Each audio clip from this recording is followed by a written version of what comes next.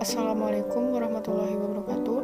Kami dari kelompok 1 yang beranggotakan Winda Lestari, NPM 2020 1450 1066, Sevianingsi, NPM 2020 1450 1071, Mutia Islamiyah Nanda Putri, NPM 2020 1450 1077. Di sini kami akan menjelaskan tentang masalah-masalah dalam belajar dan pembelajaran.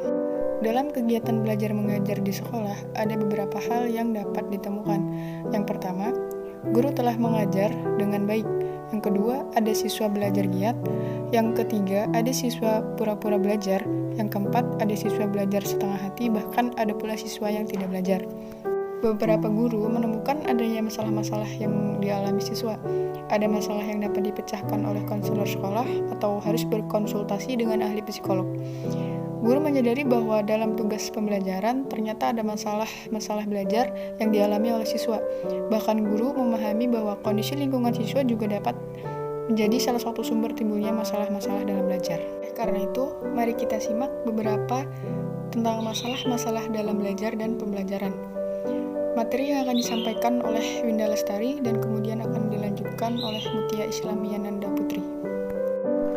Assalamualaikum warahmatullahi wabarakatuh. Saya Winda Lestari, nomor pokok mahasiswa 20 1450 1066 dari kelas reguler 4L, kelompok 1, strategi belajar mengajar. Di sini saya akan menjelaskan masalah-masalah dalam pembelajaran. Masalah-masalah dalam pembelajaran yaitu dibagi menjadi dua, masalah internal dan masalah eksternal. Masalah-masalah internal dalam pembelajaran. Dalam interaksi belajar mengajar ditemukan bahwa proses belajar yang dilakukan siswa merupakan kunci keberhasilan belajar. Proses belajar merupakan aktivitas psikis berkenaan dengan bahan belajar yang memakan waktu lama tergantung pada jenis, sifat bahan, dan kemampuan siswa. Aktivitas belajar dialami oleh siswa sebagai suatu proses belajar dapat diketahui dan diamati oleh guru dari perlakuan siswa terhadap bahan belajar. Untuk bertindak belajar, siswa menghadapi masalah-masalah secara internal. Jika siswa tidak dapat mengatasi masalah tersebut, maka siswa tidak dapat belajar dengan baik. Faktor-faktor internal yang dialami dan dihayati oleh siswa yang berpengaruh pada proses belajar sebagai berikut. Pertama, sikap terhadap belajar. Sikap terhadap belajar merupakan kemampuan memberikan penilaian tentang sesuatu yang membawa diri sesuai dengan penilaian. Adanya penilaian tentang sesuatu mengakibatkan terjadinya sikap menerima, menolak, atau bahkan mengabaikan. Siswa memperoleh kesempatan belajar, meskipun demikian siswa dapat menerima, menolak, ataupun mengabaikan kesempatan belajar tersebut. Kedua, motivasi belajar. Motivasi belajar merupakan kekuatan mental yang mendorong terjadinya proses belajar. Motivasi belajar pada diri siswa dapat menjadi lemah. Lemahnya motivasi belajar atau tiadanya motivasi belajar akan melemahkan kegiatan belajar.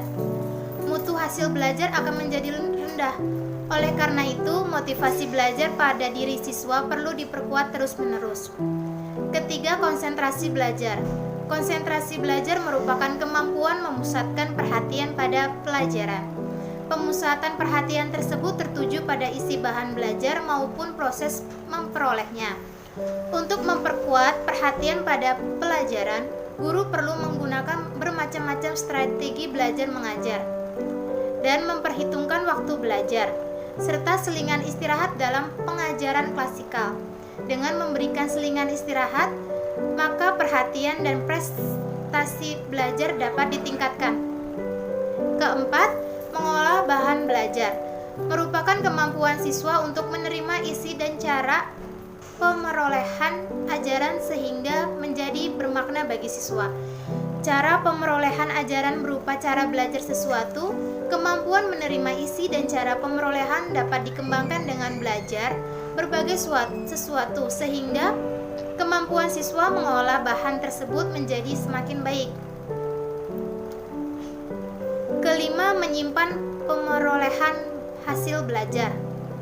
Menyimpan perolehan hasil belajar merupakan kemampuan menyimpan isi pesan dengan cara perolehan pesan. Kemampuan menyimpan dapat berlangsung dalam jangka waktu pendek dan jangka waktu panjang. Dalam jangka waktu pendek berarti hasil belajar cepat dilupakan, dan kemampuan menyimpan dalam jangka waktu lama berarti hasil belajar tetap dimiliki siswa. Ada gangguan dalam proses belajar akan menghasilkan hasil belajar yang kurang baik. Keenam, menggali hasil belajar. Menggali hasil belajar yang tersimpan merupakan proses mengaktifkan pesan yang telah diterima. Ada kalanya siswa juga mengalami gangguan dalam menggali pesan dan kesan lama. Gangguan tersebut bersumber pada pemanggilan atau pembangkitan kesungkaran penerimaan. Pengolahan dan penyimpanan. Jika siswa tidak memperhatikan pada saat penerimaan, maka siswa tidak memiliki apa-apa. Jika siswa tidak berlatih sungguh-sungguh, maka siswa tidak berketerampilan intelektual, sosial, moral, dan jasmani dengan baik. Penggalian hasil yang tersimpan ada hubungan dengan baik atau buruknya penerimaan, pengolahan, dan penyimpanan pesan. Ketujuh, kemampuan berprestasi atau unjuk hasil belajar. Merupakan suatu puncak proses belajar. Siswa membuktikan keberhasilan belajar dengan mampu memecahkan tugas-tugas belajar atau mentransfer hasil belajar. Dari pengalaman sehari-hari di sekolah diketahui bahwa ada sebagian siswa tidak mampu berprestasi dengan baik. Kemampuan berprestasi tersebut terpengaruh oleh proses-proses penerimaan, pengaktifan, pra-pengolahan, pengolahan, penyimpanan, serta pemanggilan untuk pembangkitan pesan dan pengalaman. Bila proses-proses tersebut tidak baik, maka siswa dapat berprestasi kurang atau dapat juga gagal berprestasi. Kedelapan, rasa percaya diri siswa. Rasa percaya diri siswa timbul dari keinginan mewujudkan diri bertindak dan berhasil. Dari segi perkembangan, rasa percaya diri timbul berkat adanya pengakuan dari lingkungan. Dalam proses belajar, diketahui bahwa unjuk prestasi merupakan tahap pembuktian perwujudan diri yang diakui oleh guru dan rekan sejawat siswa. Makin sering berhasil menyelesaikan tugas, maka semakin memperoleh pengakuan umum. Dan selanjutnya rasa percaya diri semakin kuat. Hal yang sebaliknya dapat terjadi. Kegagalan yang berulang kali dapat menimbulkan rasa tidak percaya diri. Bila rasa tidak percaya diri sangat kuat, maka diduga siswa akan menjadi takut belajar, terjalin secara komplementer dengan rasa takut gagal lagi. Guru harus mendorong keberanian siswa untuk terus-menerus memberikan bermacam-macam penguat dan memberikan pengakuan dan kepercayaan bila siswa akan berhasil. Kesembilan, inteligensi dan keberhasilan belajar. Keberhasilan belajar adalah suatu kecakapan global atau rangkuman kecakapan untuk dapat bertindak secara terarah, berpikir secara baik, dan bergaul dengan lingkungan secara efisien. Kecakapan menjadi aktual bila siswa memecahkan masalah dalam belajar atau kehidupan sehari-hari. Inteligensi dianggap sebagai suatu norma umum dalam keberhasilan belajar. Yang menjadi masalah adalah siswa yang memiliki kecakapan IQ di bawah normal dengan perolehan hasil belajar yang rendah yang disebabkan oleh inteligensi yang rendah atau kurangnya kesungguhan belajar, berarti terbentuknya tenaga kerja yang bermutu rendah. Oleh karena itu, pada tempatnya mereka didorong untuk belajar di bidang-bidang keterampilan sebagai bekal hidup. Penyediaan kesempatan belajar di luar sekolah merupakan langkah bijak untuk mempertinggi taraf kehidupan warga bangsa Indonesia. Ke-10, kebiasaan belajar. Kebiasaan belajar dalam kegiatan sehari-hari ditemukan adanya kebiasaan belajar yang buruk. Antara lain belajar pada akhir semester, belajar tidak teratur, menyia-nyiakan kesempatan belajar, bersekolah hanya untuk bergengsi, datang terlambat bergaya pemimpin, bergaya jantan seperti merokok, sok menggurui teman, dan bergaya berminta belas kasihan tanpa belajar. Kebiasaan-kebiasaan buruk tersebut dapat ditemukan di sekolah-sekolah yang ada di kota besar, di kota kecil, dan di pelosok tanah air. Untuk sebagian kebiasaan belajar tersebut disebabkan oleh ketidakmengertian siswa pada arti belajar. Ketidakmengertian siswa pada arti belajar bagi diri sendiri. Hal ini dapat diperbaiki dengan pembinaan disiplin membelajarkan diri. dan berbagai petunjuk tokoh teladan dapat menyadarkan siswa tentang pentingnya belajar. Pemberian penguat dalam keberhasilan belajar dapat mengurangi kebiasaan kurang baik dan membangkitkan harga diri siswa. Selanjutnya yang terakhir ke-11, cita-cita siswa. Cita-cita siswa merupakan motivasi intrinsik, tetapi ada kalanya gambaran yang jelas tentang tokoh teladan siswa belum ada. Akibatnya siswa hanya berperilaku ikut-ikutan. Cita-cita sebagai motivasi intrinsik perlu didikan mulai sejak sekolah dasar. Di sekolah menengah, didikan pemilihan dan pencapaian cita-cita sudah semakin terarah. Cita-cita merupakan wujud eksplorasi dan emansipasi diri siswa. Didikan pemilihan dan pencapaian cita-cita sebaiknya berpangkal dari kemampuan berprestasi, dimulai dari hal-hal yang sederhana ke hal-hal yang semakin sulit. Dengan mengaitkan pemilihan cita-cita dengan kemampuan berprestasi, maka siswa diharapkan berani bereksplorasi sesuai dengan kemampuan dirinya sendiri. Selanjutnya ada masalah-masalah eksternal belajar. Ditinjau dari segi siswa, maka ditemukan faktor-faktor eksternal yang berpengaruh pada aktivitas belajar, yaitu yang pertama guru. Sebagai pembina, pengajar, dan pendidik siswa belajar, tidak hanya mengajar sesuai studi yang sesuai dengan keahliannya, tetapi juga menjadi pendidik generasi muda bangsanya, dan memusatkan perhatian pada kepribadian siswa, khususnya berkenaan dengan kebangkitan belajar merupakan wujud emansipasi diri siswa. Sebagai seorang pribadi, guru harus mengembangkan diri menjadi pribadi utuh, menghadapi masalah, pengembangan diri, dan pemenuhan kebutuhan hidup sebagai manusia. Dengan penghasilan yang diterima tiap bulan, dituntut kemampuan hidup layak sebagai seorang pribadi guru. Tuntutan hidup layak tersebut sesuai dengan wilayah tempat tinggal dan tugasnya. Kedua, ada faktor prasarana dan sarana. Prasarana pembelajaran meliputi gedung sekolah, ruang belajar, lapangan olahraga, ruang ibadah, ruang kesenian, peralatan olahraga. Dan berikutnya sarana pembelajaran meliputi buku pelajaran, buku bacaan, alat dan fasilitas laboratorium sekolah, dan berbagai media pengajaran lainnya. Lengkapnya sarana dan prasarana pembelajaran merupakan kondisi pembelajaran yang baik. Hal ini tidak berarti bahwa lengkapnya sarana dan prasarana menentukan jaminan terselenggaranya proses belajar yang baik. Justru disinilah timbul masalah. Bagaimana mengelola sarana dan prasarana pembelajaran sehingga terselenggaranya proses belajar yang berhasil baik. Sarana dan prasarana merupakan barang-barang mahal. Barang-barang tersebut dibeli dengan uang pemerintah dan masyarakat. Bermaksud pembelian tersebut untuk mempermudah siswa belajar dengan tersedianya sarana dan prasarana belajar. Berarti menuntut guru dan siswa untuk menggunakannya dengan baik. Berikutnya yang ketiga, kebijakan penilaian. Dalam kebijakan hasil belajar, maka penentu keberhasilan belajar tersebut adalah guru. Guru adalah pemegang kunci pembelajaran. Guru menyusun desain pembelajaran, melaksanakan pembelajaran, dan menilai hasil proses belajar.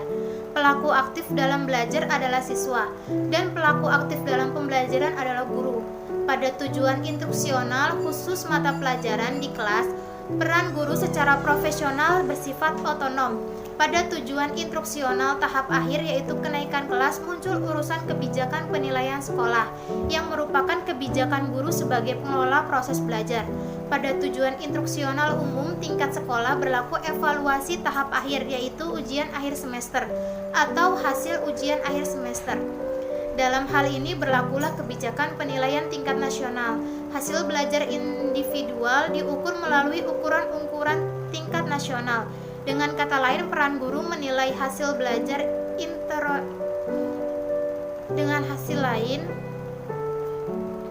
peran guru menilai hasil belajar berorientasi pada ukuran pada tingkat yang lebih tinggi, yaitu tingkat sekolah, wilayah, dan tingkat nasional.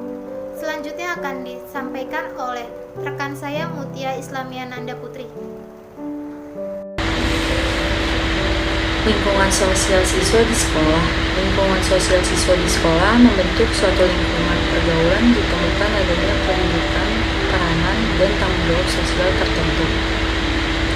Dalam kehidupan kesiswaan terjadilah hubungan antar siswa sehingga terjadilah jaringan hubungan sosial siswa sekota, sewilayah, seprovinsi, bahkan tingkat nasional. Dalam kehidupan tersebut terjadi pergaulan seperti hubungan sosial, hubungan akrab, kerjasama, kerja berkooperasi, berkompetisi, berkonkurensi, bersaing, konflik, atau perkelahian. Pengaruh lingkungan sosial tersebut yaitu yang pertama pengaruh kejiwaan yang bersifat menerima atau menolak siswa yang akan berakibat memperkuat atau memperlemah konsentrasi belajar. Yang kedua, lingkungan sosial mewujudkan dalam suasana akrab, gembira, rukun, dan damai dan sebaliknya. Suasana kejiwaan berpengaruh pada semangat dan proses belajar dan juga dapat menghambat proses belajar. Yang ketiga adalah lingkungan sosial siswa di sekolah atau juga di kelas dapat berpengaruh pada semangat belajar kelas. Dan setiap guru akan disikapi secara tertentu oleh lingkungan sosial siswa. Sikap positif maupun negatif terhadap guru akan berpengaruh pada kewibawaan guru. Akibatnya, bila guru menegakkan kewibawaan, maka ia akan dapat mengelola proses belajar dengan baik. Begitu sebaliknya, bila guru tak berwibawa, maka ia akan mengalami kesulitan dalam mengelola proses belajar.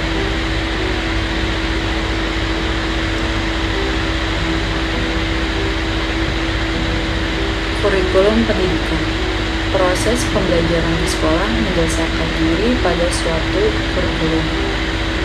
Kurikulum yang diberlakukan sekolah adalah kurikulum nasional yang disahkan oleh pemerintah atau yayasan pendidikan yang berisi tujuan pendidikan, isi pendidikan, kegiatan belajar mengajar, dan evaluasi.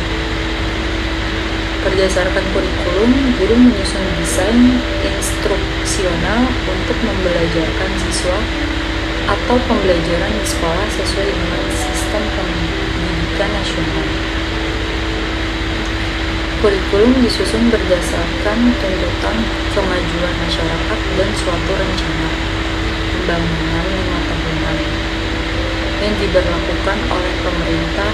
Timbulnya tuntutan kebutuhan baru dan akibatnya kurikulum sekolah perlu dikonstruksi menimbulkan kurikulum baru.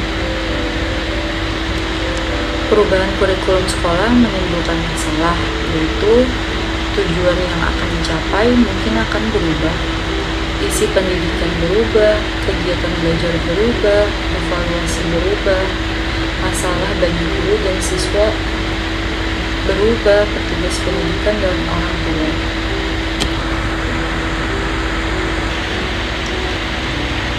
Cara menentukan masalah-masalah belajar.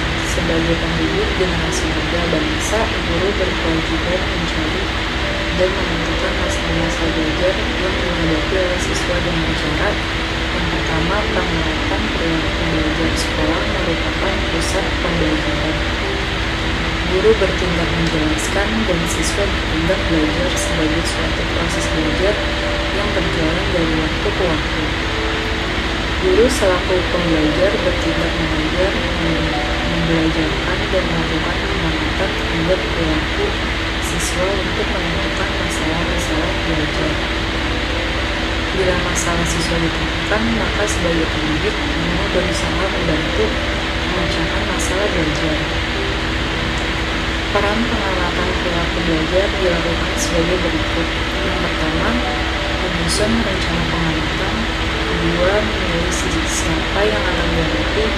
Yang ketiga, menentukan berapa lama berlangsungnya pengamatan. Yang keempat, menentukan hal-hal apa yang akan diamati. Yang kelima, mencatat hal-hal yang diamati. Yang keenam, menafsirkan hasil pengamatan.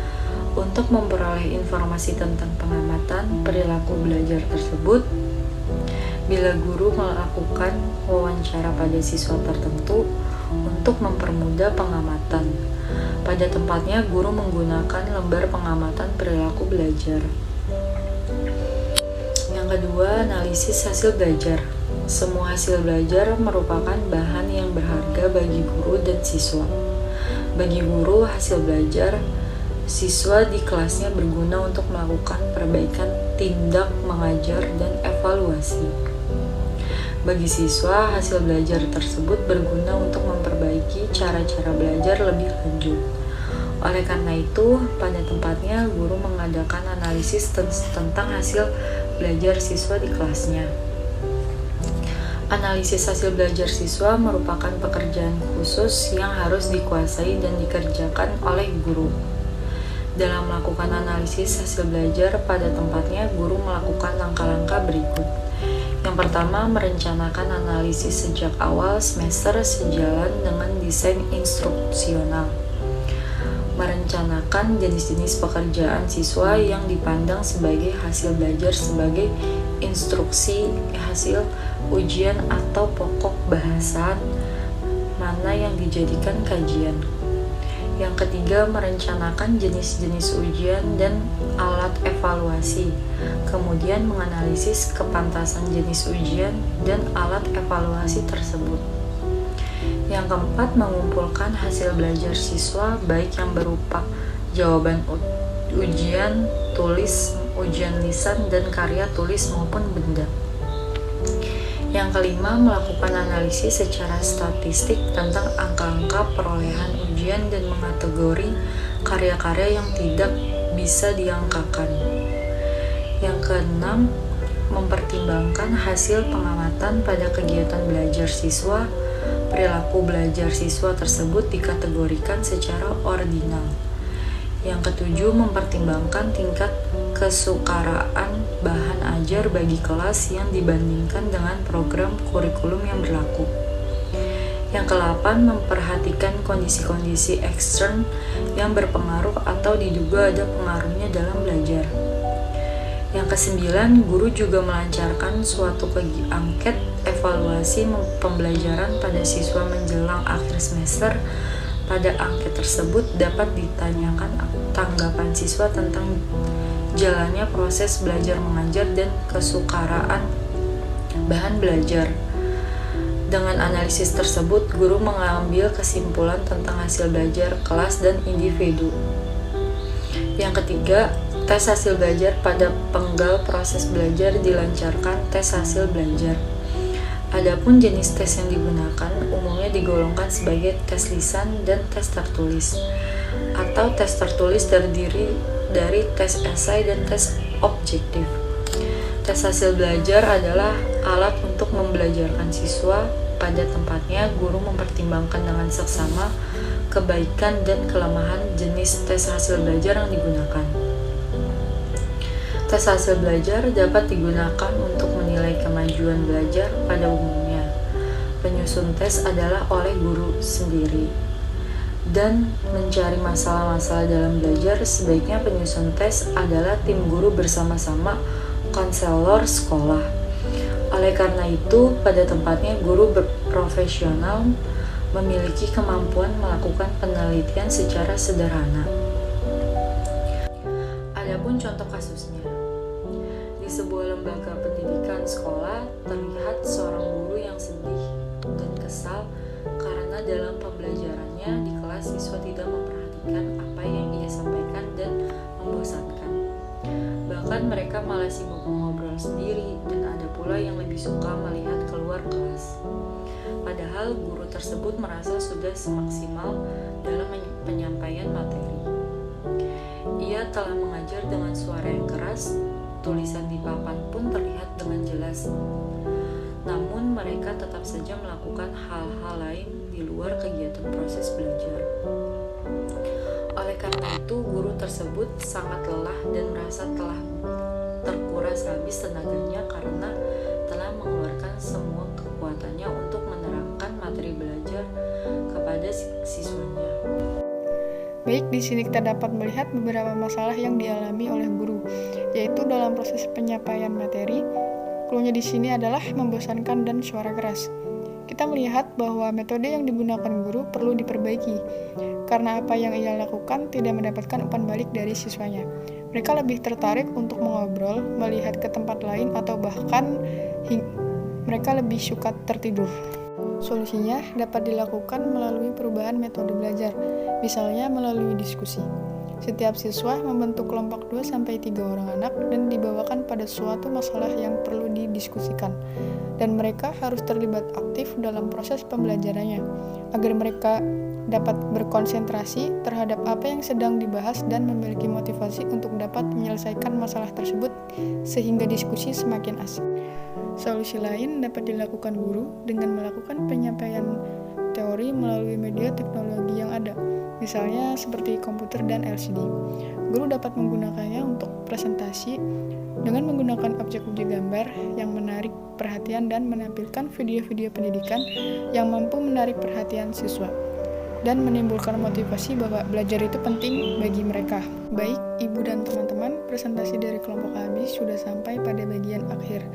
Selama presentasi, kelompok kami telah membahas masalah-masalah dalam belajar dan pembelajaran, yaitu dibagi menjadi 2. Yang pertama, faktor internal dan eksternal.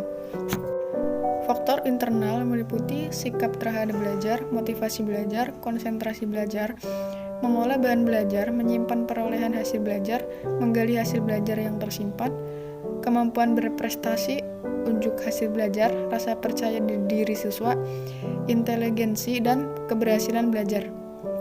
Sedangkan untuk faktor eksternal, yaitu meliputi guru, prasarana dan sarana pembelajaran, kebijakan penilaian, lingkungan sosial siswa di sekolah, dan kurikulum sekolah. Cara untuk menentukan masalah-masalah belajar bisa memulai dengan pengamatan perilaku belajar, analisis hasil belajar, dan tes hasil belajar. Imam Syafi'i radhiyallahu anhu pernah berkata, "Jika kamu tidak sanggup menahan lelahnya belajar, maka kamu harus sanggup menahan perihnya kebodohan." Dan kami percaya setiap masalah pasti ada solusinya.